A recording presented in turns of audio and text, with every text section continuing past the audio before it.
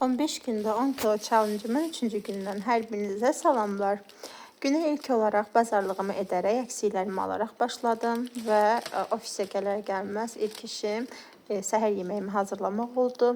Bugün səhər yeməyini sadəcə tvaroq, yumurta və xiyar pomidorla etdim. Əslində qalsa səhər yeməyindən biraz sıxılmış ola bilərəm. Sabahdan bəlkə də fərqli bir şey yoxlamalıyam.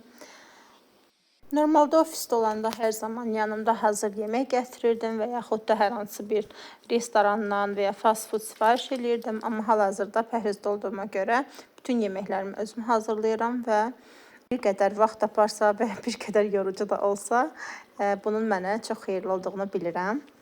Günün ilk yeməyi bunlardan ibarət idi.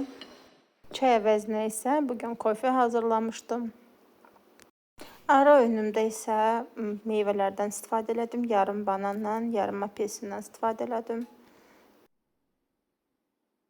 Axşam yeməyinə nə hazırlayacağımı çox düşündüm. Heç bir şey tapa bilmirdim və sonda Sezar salatı hazırlamağa qərarına gəldim.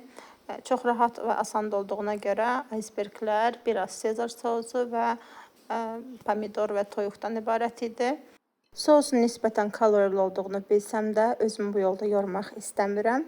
Axşam yürüyüşümü də etdikdən sonra artıq dincəlmək vaxtıdır. Növbəti videoda görüşənədək.